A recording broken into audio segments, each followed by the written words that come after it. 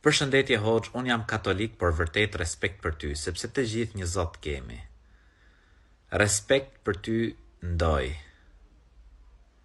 Çdo njeri që vjen, komenton lart e poshtë,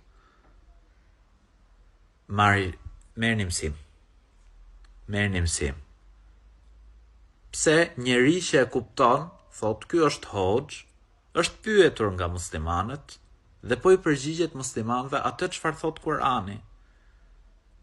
Dhe patjetër, unë jam shqiptar, thot ndoj, kam shekuj që jetojnë këtë vend, dhe e di fare mirë që një musliman nuk shkon t'i lutet as varrit, as minares, as hoxhës, as priftit, as kryqit, i lutet vetëm Allahut lartësuar.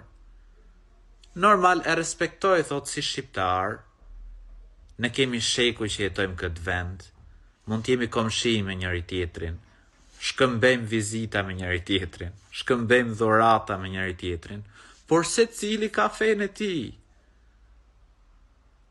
Pse duhet pra robi me shpreh mlef, urrejtje, sharje, ofendime? Jo, ki argument bujrum, diskutojmë të hapur.